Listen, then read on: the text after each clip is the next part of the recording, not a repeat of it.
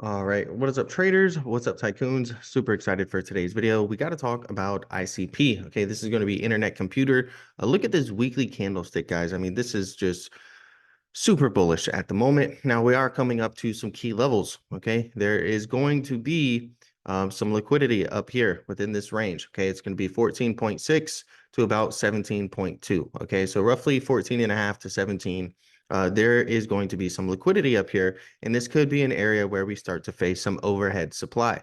Okay, meaning that there's going to be some sell orders within this area, and we really want to see us either consolidate through here, absorb that sell, all right, and then breakout, or we'd like to see a breakout, retest, and push higher. Okay, if we do so, 25 is going to be the next target above 17. I will go over, all of the major support levels. As you see, we had a very clean textbook triangle pattern here.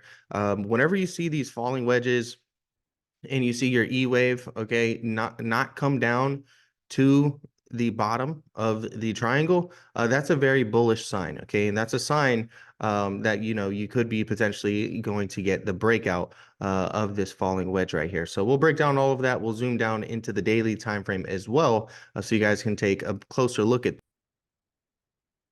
But as always, the content provided on this channel is for informational and educational purposes only and is not intended to be relied upon as legal, financial, or investment advice. So be sure to read through the disclaimer, and we'll go ahead and jump right into the video.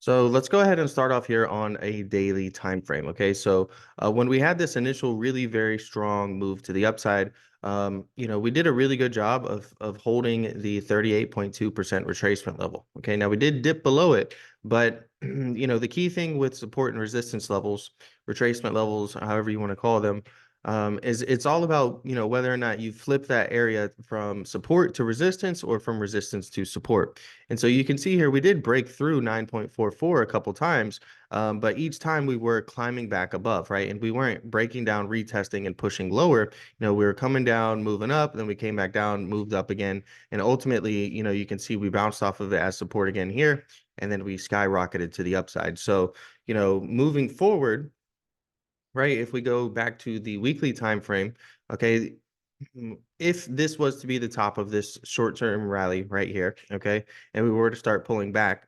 13.18, 12.30, 11.59, and 10.879, those are going to be your major levels of support. Okay, those are going to be your major Fibonacci levels.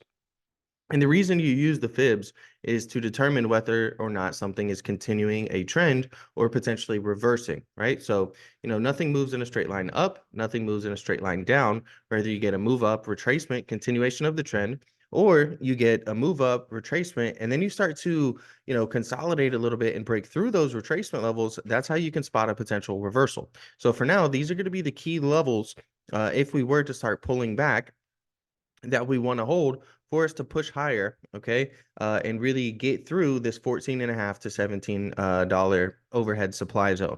Okay, we talked about on the weekly chart how those are going to be, pretty key and important levels.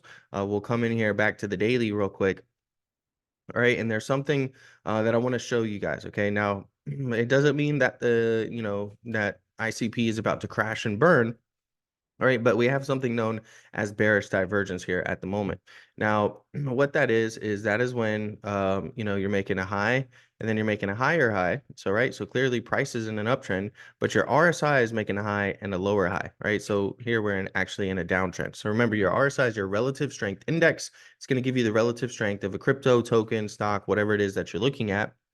And even though we've increased in price and gone higher, made higher highs, we've actually gone down in relative strength. And so this could be an indicator, especially that we're approaching overhead supply, that, hey, we may end up seeing a pullback or a retracement, and that's perfectly fine. That's perfectly healthy, right? I mean, if we were to take a look at some other instances, you see here we have a high and then we have a higher high, right? So we're in an uptrend here, but then we have a high and we have lower highs on the RSI. And you see we come from about $5 pull back to about $4. Okay, so basically a 20% retracement right there, right?